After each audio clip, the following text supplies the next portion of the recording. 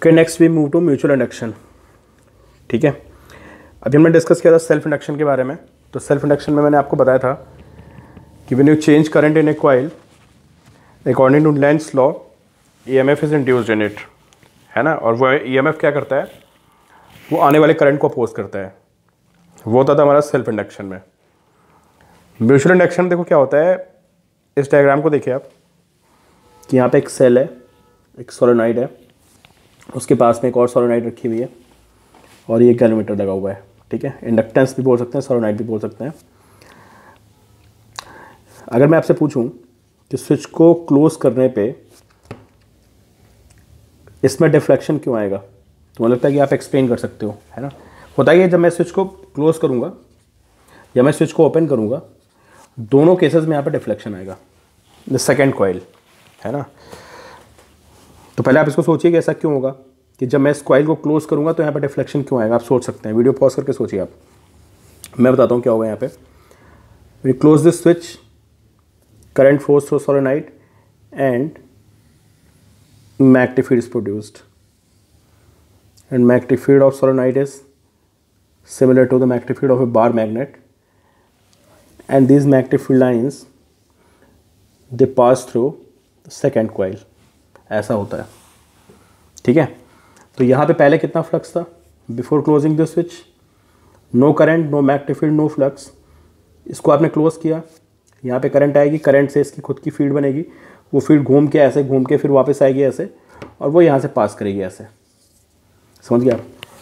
तो Faraday's law आपने पढ़ रखा है, लेंस लॉ पढ़ रखा है, कुछ भी कह लो आप, कि इसमें पहले फ्लक्स ज़ीरो था, इस स्विच को क्लोज करने के बाद यहाँ पे फ्लक्स आ गया है, और फ्लक्स आ गया तो यहाँ पे क्या आएगा, ईएमएफ आएगा। ठीक है, तो ये जो कहानी हो रही है कि दो कॉइल्स पास पास रखी हैं, है ना, और आप क्या कर रहे हैं, फर्स्ट कॉइल में आप कुछ चेंज लाते हैं करंट का या कुछ, उसकी वजह से सेकेंड कॉइल में क्या प्रोड्यूस हो रहा है, ईएमएफ प्रोड्यूस हो रहा है। इस प्रोसेस को हम बोलते हैं म्यूचुअल इंडक्शन। ठीक है, तो नोट करिए, mutual induction is a phenomenon when a coil gets induced EMF across it, when coil gets induced EMF across it due to change in current and adjacent coil. Phenomenon in which a coil gets induced EMF across it due to rate of change of current in a nearby coil or adjacent coil. इसके पास में coil रखी है, तो यहाँ पे आप current change करोगे, उसका इफेक्ट यहाँ पे नजर आएगा। इसको हम बोलते हैं म्यूचुअल इंडक्शन। सेल्फ में अपनी वजह से होता था। ठीक है, अपने अंदर करंट फ्लो कराइए, अपने अंदर ईएमएफ आएगा, अपने अंदर एक ईएमएफ प्रोड्यूस करेगा, उसको हम बोलते थे सेल्फ इंडक्शन। ये होता है म्यूचुअल इंडक्शन। ठीक है, अब ये म्यूचुअल इंडक्शन किन बातों पर डिपेंड करेगा, मतलब इसके अंदर कितना ज़्यादा ईएमएफ आएगा, वो इस बात पर डिपेंड करेगा। नंबर ऑफ टर्न्स, इनमें कितने कितने टर्न्स हैं, मतलब पहले में भी कितने टर्न्स हैं। भाई पहले में जितना टर्न्स होंगे उसकी मैग्नेटिक फील्ड उतनी ज़्यादा होगी, इसमें जितने ज़्यादा टर्न्स होंगे इसका फ्लक्स उतना ज़्यादा होगा। तो depends on number of turns as well as on distance between the coils. अगर डिस्टेंस ज़्यादा है तो क्या होगा, फील्ड कम होगी, फील्ड ज़्यादा हो सकती है। तो नंबर ऑफ टर्न्स पे डिपेंड करेगा, इसकी रेडियस पे डिपेंड करेगा कि इसकी रेडियस कितनी है, इसके टर्न्स कितने हैं। ठीक है, तो बेसिकली ये क्या है, ये बहुत सी बातों पर डिपेंड करता है। और उन बातों को अगर मैं समराइज़ करूँ तो मैं बोलूँगा कि डिस्टेंस बिटवीन सर्किट्स, ये तो कॉइल की बात हो रही है, बहुत सारे सर्किट्स हो सकते हैं, उनके बीच में डिस्टेंस कितनी है ये इस बात पर डिपेंड करता है। डिस्टेंस कम होगी ज़्यादा फ्लक्स आएगा, डिस्टेंस कम होने पे ज़्यादा ईएमएफ, ज़्यादा मैग्नेटिक फील्ड आएगी, ज़्यादा फ्लक्स क्रिएट होगा, ज़्यादा ईएमएफ प्रोड्यूस होगा। और शेप ऑफ सर्किट्स, मतलब शेप से मेरा क्या मतलब है, शेप में क्या क्या चीज़ें आ गई, नंबर ऑफ टर्न्स हो सकते हैं, रेडियस हो सकती है, उसकी लेंथ हो सकती है ना। मतलब बेसिकली कितनी स्ट्रॉन्ग मैग्नेटिक फील्ड यहाँ पे प्रोड्यूस होगी, जितनी स्ट्रॉन्ग मैग्नेटिक फील्ड प्रोड्यूस होगी इसमें उतना ही ज़्यादा ईएमएफ प्रोड्यूस होगा। ठीक है, तो ये दोनों एक दूसरे को पोज मारेंगे।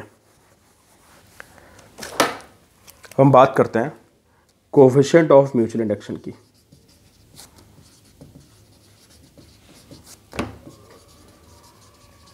Coefficient of mutual induction. ठीक है, ये कॉइल हो गई, इसके पड़ोस में दूसरी कॉइल हो गई। एक बात बताओ, जो यहाँ पे मैग्नेटिक फील्ड आएगी इस कॉइल में, जो मैग्नेटिक फील्ड आएगी वो किस पे डिपेंड करेगी? वो इसकी करंट पे डिपेंड करेगी ना। I1, this is first circuit, this is second circuit. जितनी स्ट्रॉन्ग करंट होगी उतनी स्ट्रॉन्ग यहाँ पे मैग्नेटिक फील्ड आएगी और उतना ही ज़्यादा फ्लक्स आएगा। तो मैं कह सकता हूँ कि जो इसके फ्लक्स आएगा φ2 वो कितना होगा? φ2 is directly proportional to I1। क्यों? इस कॉइल से जो फ्लक्स होगा वो इसकी करंट पे डिपेंड करेगा ना, क्योंकि मैग्नेटिक फील्ड किसकी आएगी यहाँ पे? इसकी मैग्नेटिक फील्ड आएगी। तो कह सकते हैं φ2 is directly proportional to I1। Proportionally break मारते हैं तो φ2 इज MI1। ठीक है, M is called coefficient of mutual inductance. ठीक है, नोट करिए, म्यूचुअल इंडक्टेंस। ठीक है, φ2 इज MI1। जैसे वहाँ पे φLI होता था वैसे यहाँ पे φ2 होता है MI1। तो ये इसी में बहुत सारे न्यूमेरिकल्स मिलेंगे आपको। कैलकुलेशन ऑफ म्यूचुअल इंडक्टेंस, और वो पॉइंट भी नोट कर लें जो मैंने आपको बताया था कि किन किन बातों पे डिपेंड करता है ना। Distance between the coils, okay, distance between the coils and radius, number of turns, orientation, इन सब बातों पे डिपेंड करता है। ठीक है, चलिए आगे बढ़ते हैं। अगर मैं φ2 को डिफरेंशिएट मार दूं, φ2 इज MI1, φ2 को मैं डिफरेंशिएट मार देता हूँ minus dφ2/dt is equal to minus M di1/dt। ये क्या बन जाएगा? This is EMF is equal to minus M di1/dt। ठीक है, तो this is induced EMF in the second coil due to change in current in the first coil.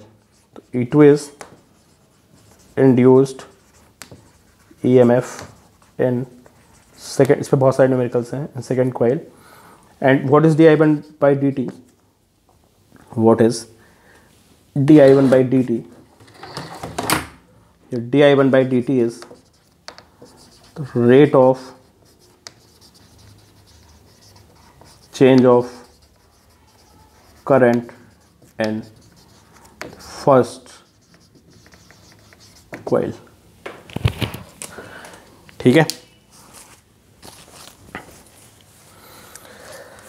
यहां से भी हम कोफिशिएंट ऑफ म्यूचुअल इंडक्टेंस को क्वांटिटेटिवली डिफाइन कर सकते हैं। कैसे डिफाइन करेंगे क्वांटिटेटिवली? M कितना आएगा यहाँ से देखिए, E2/di1/dt है ना।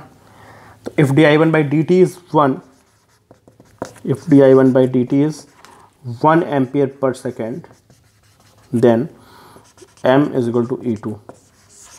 इसको नोट कर लिया कि coefficient of mutual inductance between two coils is equal to the EMF induced in the second coil when rate of change in the first coil is 1 ampere per second, vice versa। तो उल्टा भी करके बोल सकते हो आप। ठीक है, और M दोनों का सेम होता है यार, समझे? चाहे तो आप φ2 इज इक्वल टू MI1 कर लो, समझे? ये इंपॉर्टेंट बात है। चाहे तो φ2 इज इक्वल टू MI1 कर लें या φ1 इज इक्वल टू MI2 कर लो, you will get same coefficient of mutual inductance. ठीक है, इसकी वैल्यू सेम होती दोनों के लिए।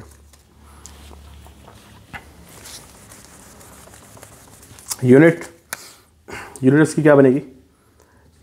E is M di/dt। तो यहाँ से M इज E/di/dt, या M ऐसे देख लिया आप, φ2 इज MI1, तो M इज φ2/I1 वेबर पर एम्पियर, जिसको हम हेनरी भी बोलते हैं, denoted by H। They have same units है ना। जो सेल्फ इंडक्टेंस की यूनिट होती है वही किसकी यूनिट होती है? म्यूचुअल इंडक्टेंस की भी होती है।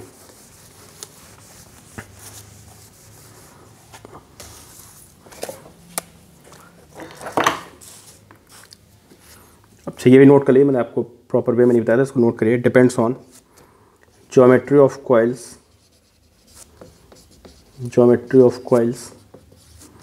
Number of turns, radius, geometry में वही बातें आ गई है ना, distance between coils and also orientation of coils, है ना।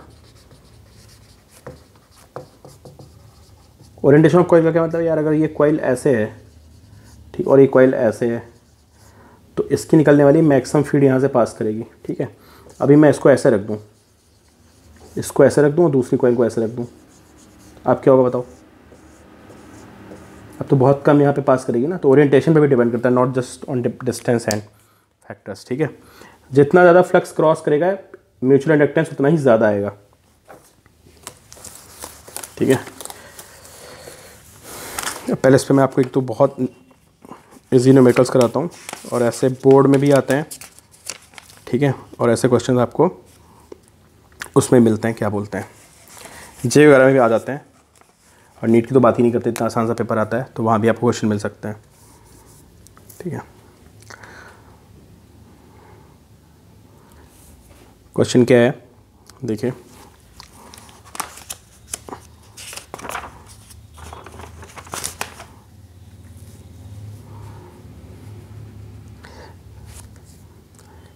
कॉइल है, ठीक है, spark plug,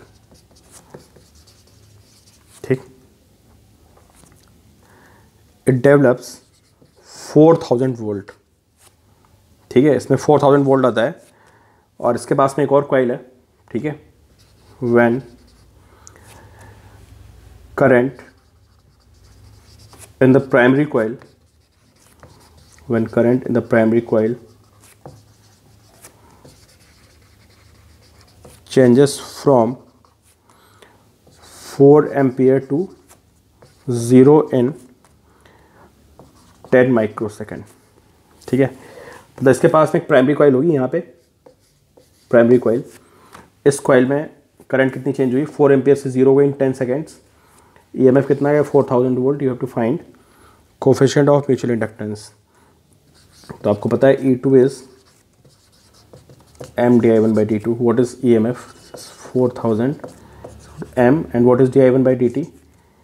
4 minus 0 upon 10 microsecond, which is 10 into 10 power minus 6. मेरे पास बुक रखी है, मैं वहाँ से क्वेश्चन देख रहा हूँ, तो मैं सॉल्व नहीं करूँगा, I will write it directly. m is 0.1 Henry, this is answer, ठीक है।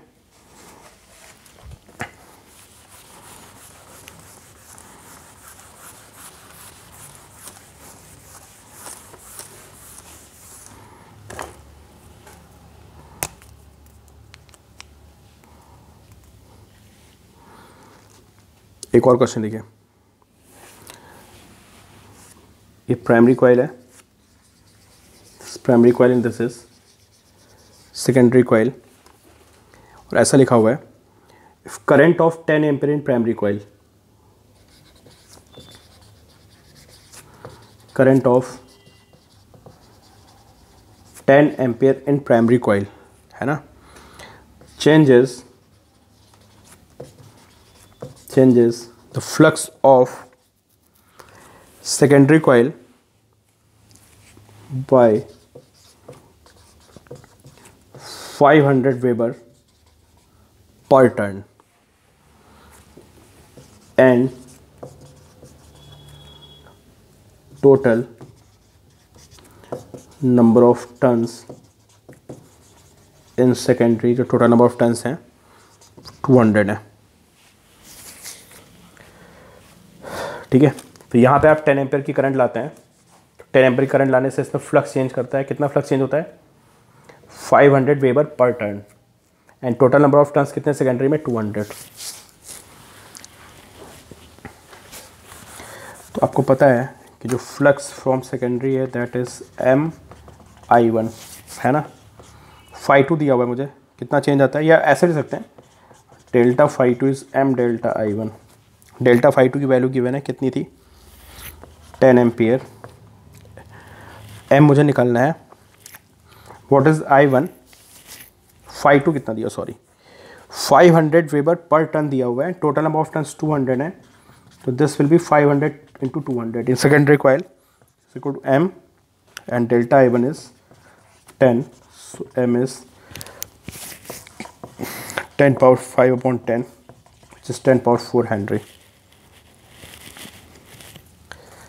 ठीक है। इस तरह के क्वेश्चन आपको मिल सकते हैं।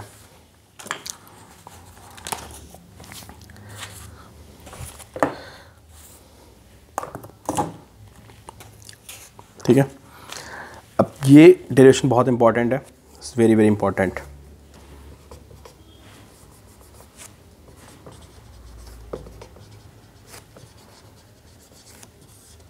फॉर्मूला रट लेना आपको,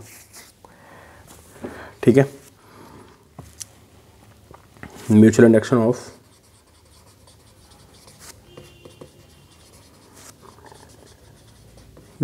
ऑफ टू सोलेनॉइड्स।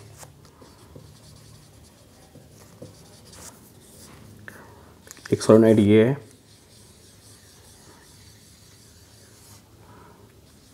इसके अंदर एक और सोलेनॉइड रखी हुई है, ठीक है। अब आपको पता है अगर आप बाहर वाले में करंट को चेंज करेंगे, ठीक है, तो बाहर वाले में करंट को चेंज करेंगे तो सोलेनॉइड के अंदर एक मैग्नेटिक फील्ड आएगी ऐसे, और सेकंड सोलेनॉइड आपने इसके साथ कॉन्सेंट्रेट रख दी है तो सारी की सारी फील्ड उसके अंदर से भी होके जाएगी, ठीक है। तो इस केस में मैक्सिमम म्यूचुअल इंडक्टेंस आएगा, समझ रहे हो। जो हम लोग डिस्कस कर रहे थे कि एक सोलेनॉइड यहाँ पे थी, एक यहाँ पे थी, तो डिस्टेंस थी, अभी हमने दोनों को एक दूसरे के अंदर रख दिया, समझे, मतलब छोटी वाले को बड़े वाले के अंदर रख दिया, बिल्कुल कॉन्सेंट्रिक। अब क्या होगा, मैक्सिमम ईएमएफ आएगा, मैक्सिमम इंड्यूस्ड ईएमएफ आएगा, मैक्सिमम एक्टिव फील्ड आएगी, सब कुछ मैक्सिमम होगा, ठीक है। तो पहले वाली कॉइल में जो आउटर कॉइल है, ठीक है, जो आउटसाइड कॉइल उसके पैरामीटर्स लिख लेते हैं हम लोग। जो आउटसाइड कॉइल है ना, उसमें N1 है नंबर ऑफ टर्न्स, आप लिख लेना प्रॉपर, मैं सिर्फ N1 लिख रहा हूँ यहाँ पे। N1 number of turns, R1 radius, L1 length, small L1 use करते हैं, this is length. Secondary which is inside, okay, secondary coil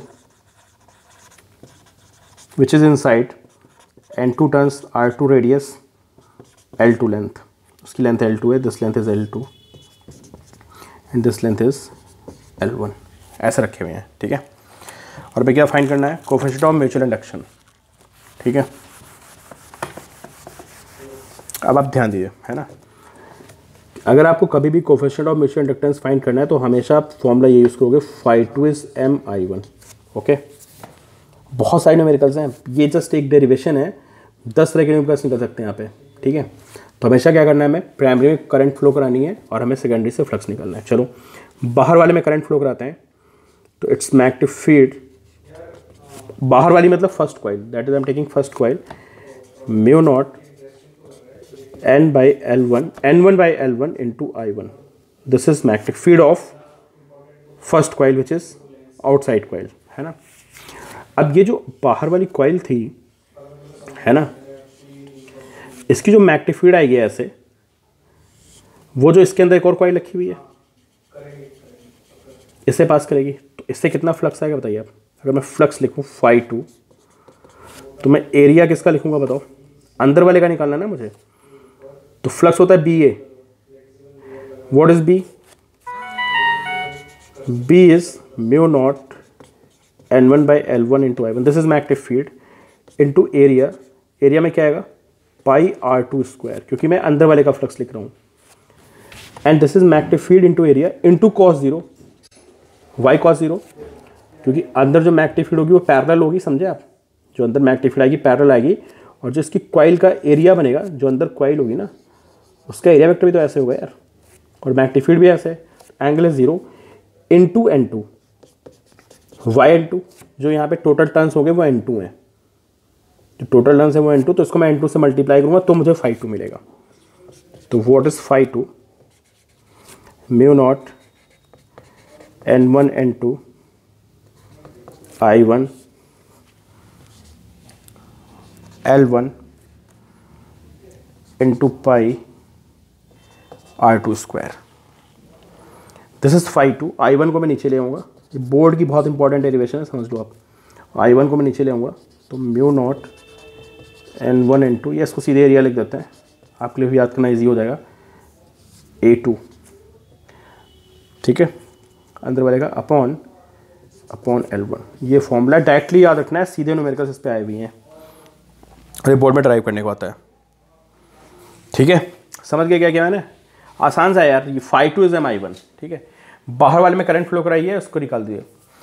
इसका उल्टा, अब आप एक बात बताओ, मैंने बोला था कि जो m होता है सेम होता है, क्यों?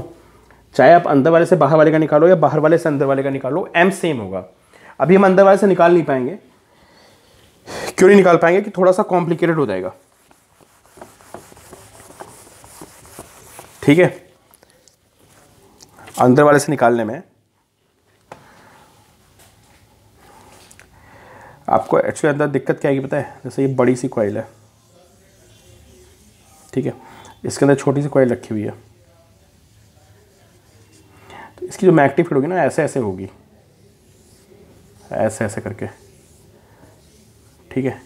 तो इस मैग्नेटिक फील्ड का ना, जो अंदर तो चलो पैरेलल मान लेते हैं, इस मैग्नेटिक फील्ड का फ्लक्स, अब बात समझो, जो छोटी सी मैं आपको पॉइंट ये बोल रहा हूँ कि म्यूचुअल इंडक्टेंस सेम होता है, चाहे फर्स्ट कॉइल में करंट को फ्लो करा के सेकेंड कॉइल से ईएमएफ निकाल दो, या सेकेंड कॉइल में करंट को फ्लो करा के फर्स्ट से निकाल दो, एम विल बी सेम। लेकिन हमें किस में करंट फ्लो करानी है जिससे हम इजिली कैलकुलेट कर सकते हैं वो।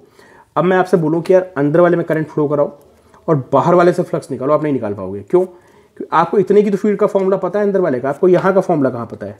आपको यहाँ का फॉर्मूला कहाँ पता है? ये सब तो बड़े कॉइल, ये सब तो पोर्शन बड़े कॉइल का है ना, बिगर कॉइल है। यहाँ पे आपको मैग्नेटिक फील्ड नहीं पता है, यहाँ पे पता है, फिर वो कॉम्प्लिकेटेड हो जाएगा। अभी बाहर वाले में फ्लो करा के क्या हो रहा है बताओ? जब हम बाहर करंट फ्लो कराते हैं, अंदर वाले को सेकेंडरी मान लेते हैं, तुम्हारा काम आसान हो जाएगा, क्योंकि इस सेकेंडरी की जितनी भी मैग्नेटिक फील्ड है वो सब पैरेलल होगी ऐसे, बिल्कुल, समझे? तो इसके अंदर मैग्नेटिक फील्ड कैलकुलेट करना इजी है, इसके अंदर मैग्नेटिक फील्ड निकालना बड़े वाले की वजह से इजी है, लेकिन इसमें करंट फ्लो करा के बड़े वाले के हर पॉइंट पे मैग्नेटिक फील्ड निकाल के फ्लक्स कैलकुलेट करना मुश्किल हो जाएगा। इसकी फील्ड ऐसे आएगी ना यार, तो यहाँ पे देखो डायरेक्शन कुछ और हो गई, एरिया कुछ और है, यहाँ पे ऐसे आ रही है, तो थोड़ा मुश्किल हो जाता है, ठीक है। और अगली डेरिवेशन भी बहुत इंपॉर्टेंट है, और मैं उम्मीद करता हूँ कि आप, मैं क्वेश्चन दे रहा हूँ, है ना, और आप इसको अपने आप ड्राइव करिए, ये भी बहुत इंपॉर्टेंट डेरिवेशन है। लिखिए आप, mutual inductance of to concentric circles या टू कॉन्सेंट्रिक कॉइल्स, ठीक है। Mutual inductance of to concentric rings लिख लेते हैं, that will be better. To concentric rings, कभी कभी इनको कॉइल्स भी बोल देते हैं, कॉइल ना कि सोलेनॉइड के लिए वर्ड यूज होता है। Mutual inductance of to concentric rings, ठीक है। एक बड़ी सी रिंग रखी हुई है, इसके सेंटर पे एक छोटी सी रिंग रखी हुई है, इसकी रेडियस कितनी है? R1, और इसकी रेडियस कितनी है? दिस इज R2, ठीक है। और मुझे क्या निकालना है? Coefficient of mutual inductance. बिल्कुल दिमाग में बिठा लो, मैं बहुत सारे क्वेश्चन करने वाला हूँ कि हर बार हमें क्या करना है, मतलब phi2 इज MI1 करना है। किसी एक सर्किट को हमें 1 ले लेना है, ठीक है। अब बताओ किसको 1 लिया जाए, सोचो आप। मैं इसमें करंट फ्लो करा के भी यहाँ से म्यूचुअल इंडक्टेंस निकाल सकता हूँ, इसमें फ्लो करा के ऐसे निकाल सकता हूँ। या इसमें फ्लो कराने पे फ़ायदा है, क्योंकि ये रिंग छोटी सी इसके सेंटर पे रखी है, तो मुझे जब इसमें मैं करंट फ्लो कराऊंगा तो मुझे ये फॉर्मूला पता है कि सेंटर पे कितना फॉर्मूला होता है, and this ring is very very small, तो मैं इसके हर पॉइंट पे वही फील्ड मान लूँगा। लेकिन अगर मैं इसमें करंट फ्लो करा दूँ तो मुझे रिंग के बाहर यहाँ, अगर मैं इसमें करंट फ्लो कराऊंगा तो फ्लक्स तो फिर मैं इससे निकालूंगा ना, और मैं फ्लक्स अगर इससे निकालूंगा तो मुझे यहाँ कहीं का फॉर्मूला ही नहीं पता है, तो ये प्रॉब्लम आ जाएगी, ठीक है। तो मैं खुद सोचना पड़ेगा कि किसने करंट फ्लो कराए, जिसकी हम इजिली मैग्नेटिक फील्ड कैलकुलेट कर पाएँ, उसमें हम करंट फ्लो कराते हैं। तो इसमें करंट फ्लो करा के मैं सेंटर पे मैग्नेटिक फील्ड निकालूंगा, और इसकी रिंग के हर पॉइंट पे वही मैग्नेटिक फील्ड मान लूँगा मैं। बताओ कितनी मैग्नेटिक फील्ड आएगी? सबको पता है जो मैग्नेटिक फील्ड होती है μ0 I1 बाई ट्वाइस R1, ये मैग्नेटिक फील्ड आ गई। उससे फ्लक्स निकालते हैं, phi2 कितना फ्लक्स आएगा? B1 into A into cos 0, y cos 0 की मैग्नेटिक फील्ड भी बाहर आएगी ऐसे ऐसे, और इसका एरिया वेक्टर भी बाहर मान लेते हैं। तो phi2 is μ1 I1 by 2R1 into area is pi R2 square, ठीक है। ये आ गया हमारा phi2 की वैल्यू। I1 को नीचे ले आते हैं, अगर I1 को नीचे लाऊंगा तो क्या बनेगा? μ0 pi R2 square by 2R1, μ0 pi R2 square by 2R1, ठीक है। ये दोनों यार बोर्ड में बहुत इंपॉर्टेंट डेरिवेशंस हैं। कोफिशिएंट ऑफ म्यूचुअल इंडक्टेंस पे।